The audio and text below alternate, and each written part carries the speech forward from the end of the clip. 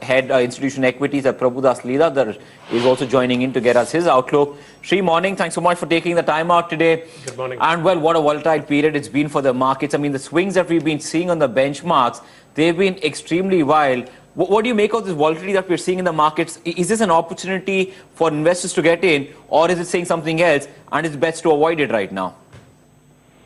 See, the way we see it is, again, let's look at what has been in May of 2014 and May of 2015.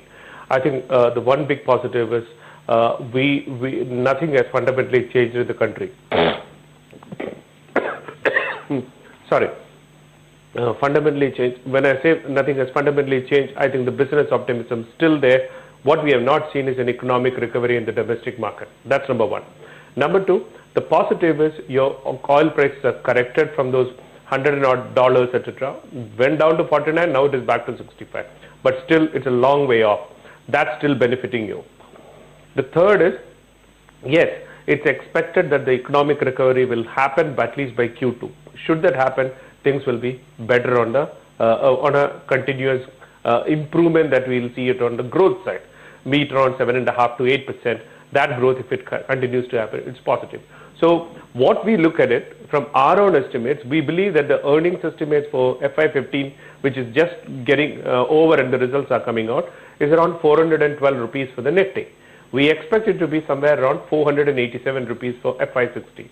That growth puts this particular market at not a premium to any one of its 10-year average, which makes it attractive for investors to look at. But for the simple reasons that you mentioned, the volatility that we have seen, we continue to believe that the market will trade in a range in the near term, probably from around 7,900 to 18, so around about 9,000, etc. That's the range that we think the market. Hold that thought. Plenty of stock-specific news, but right now most of the stocks are pretty muted, not really reacting as we speak. Shri, we've got a couple of those pharma majors in the news. Lupin, for instance, acquisition buzz. Sun Pharma also, once again, FDA worries for Ranbaxy. What are you tracking when it comes to the pharma pack? Any picks there that are looking good to you? We've got a lot of those mid-caps also that have been in the news. Wockhart's looking at aggressive growth going forward. Aurobindo continues to, of course, see a movement as well. What's on your radar?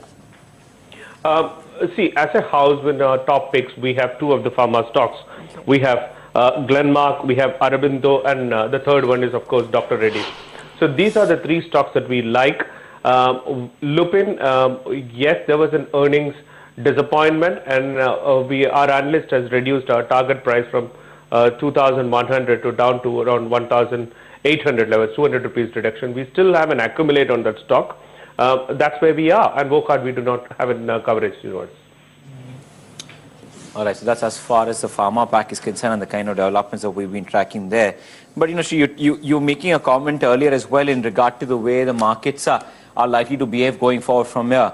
Another interesting development, and this will probably, come into light in the next couple of sessions, Shri, is the fact that the government once again has put forth their agenda on divestment on the pedal, is what we've seen.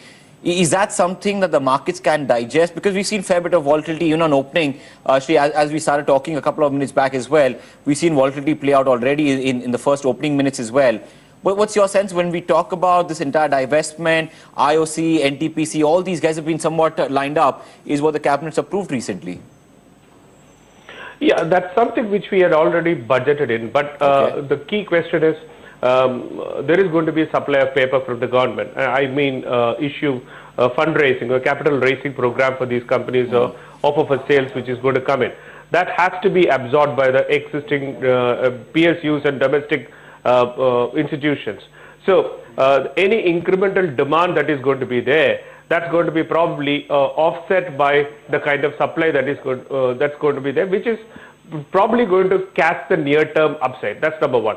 Number two, but the big positive for me from the domestic institutions is if one really looks at both in terms of calendar year 2013 and calendar year 2014, in both these years, the domestic institutions net was a net seller. It's only now in the current year, you've seen from January till date, they have big net buyers. And that's a big positive for me. And in fact, whatever the FII selling has been there, it can't be completely absorbed by the domestic institutions, but the domestic institutions have turned buyers, or the net inflow into their schemes is a positive thing. All right. Even as we speak, Sri, the markets are at the lowest point so far, and it's a cut of it's at a 100-point cut almost at 8143 is what we've been tracking on the index. And talk about the weaker names, it's a mix of banking and some of the other heavyweights like Tata Motors.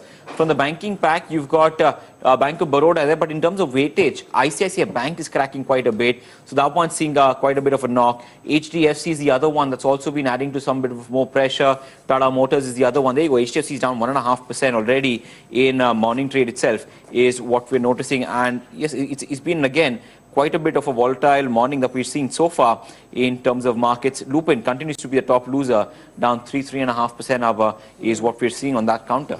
Right. What about some of the metal names, Sri? You know, we have seen an uptick globally as well when it comes to stock prices. But of course, fundamentals, not too much has changed. Some of them in the news, SR Steel restructuring bad loans. We've got Tata Steel actually benefiting from some dumping duties in Europe. We've got SAIL also completing its capacity expansion in Bokaro. What's on your radar? We've got Hindalco also that's been looking very choppy the last couple of sessions. We continue to believe that all the global commodities are going to be determined by the global flows. So for that, you need to see an economic recovery, faster economic recovery in China and in the bigger markets. So till the time you see that, you're clear about it, I don't think that global commodity stocks, i.e. aluminum, steel, etc., are going to have any kind of an optimistic view coming from there. All right, telecom stocks is the other space that we're watching out for today as well. On the back of that license extension judgment, which probably should be released somewhere around 10:30 or so. Bharti Airtel up by nearly 0.6%. Idea's trading a little bit on the softer side as well, is what we're seeing. Arcom also having a little bit of a quiet morning so far, but remember that stock had seen a good rally yesterday as well, is what we're seeing. Sri, telecom stocks, any of these on your radar? I mean, as we're awaiting some more clarity regarding that license extension. No, we don't cover that. Sri, what about Reliance? I'm going to just bring that up while we're on the topic, because we were also looking at how RIL's or Jio is tying up for almost 5,000 crores funding for its 4G rollout. We've all been talking about this for some time now, and we saw how it panned out in the auctions as well. But in that context, an RIL? See, telecom is a segment that we do not cover, so I do not want to comment on it. All right. So let's shift focus then from the telecom space to the IT pack, because that's been interesting as well, Sri, isn't it? I mean, on one hand, you're seeing what's happening with the currency, the kind of cues that we've been tracking from Europe as well. What do you make of the IT sector? I mean, these counters have really been one of the weak pockets in the market off late, at least. Is this an opportunity to look at them? Clearly, we tend to believe that this is an opportunity to look at many of the IT companies. Our analyst has been highlighting a couple of points out here. While the global IT majors have given a positive outlook, the major Indian companies have disappointed in terms of the performance front. But their commentaries, analyst conference calls, post results, has been extremely positive. So if you look at that, I don't think we need to be bearish on these stocks at all. And this looks to be an attractive proposition. If you also see that Indian currency has actually strengthened till, I would say that till last month, if you look at it, it is one of the strongest currencies in the emerging market universe as well. So you tend to see some depreciation in the currency. That also should add up to the benefit of many of these IT companies. So all in all, I would think IT as a sector will definitely look at it. And you need to go overweight in that sector. Okay. I also want to bring up auto. We've been focusing on a pickup in sentiment when it comes to some of the auto names, not just the four-wheelers, but also some of the auto ancillary counters. I'm just going to throw that at you and just see what's on your list when it comes to the auto pack sheet. Hello? Sri, any picks from the auto space? We've seen some amount of turnaround in sentiment when it comes to that pack of the market. See, we continue to remain optimistic on the commercial vehicle segment. And again on the passenger cars, especially Maruti Suzuki. commercial vehicle, as we see the numbers keep going up in terms of medium and heavy commercial vehicle segment. And in the passenger car segment, Maruti also has been delivering. Now, the key question is how the rural growth is going to happen. So the two-wheelers, etc., focused on the rural market is probably going to face headwinds till the time we are clear about how the monsoon is turning out to be and how the effect of this unseasonal rains which has had on crop, the crop failures and the resultant income effect in the rural areas. Till that time, you probably may see headwinds coming up for stocks like Hero, etc., in the two-wheeler space. But specialty two-wheeler companies, basically Royal Enfield, etc., which I don't think is going to get impacted by the rural income to that extent. Analyst continues to be optimistic, and we are specifically in our topics, we still have Maruti Suzuki. We like the commercial vehicle segment. We like the passenger car, especially Maruti Suzuki. All right, Sri. Fair enough. Always a pleasure talking to you. Thanks so much for stopping by today with your thoughts and perspective and some ideas to look at in this market as well. That's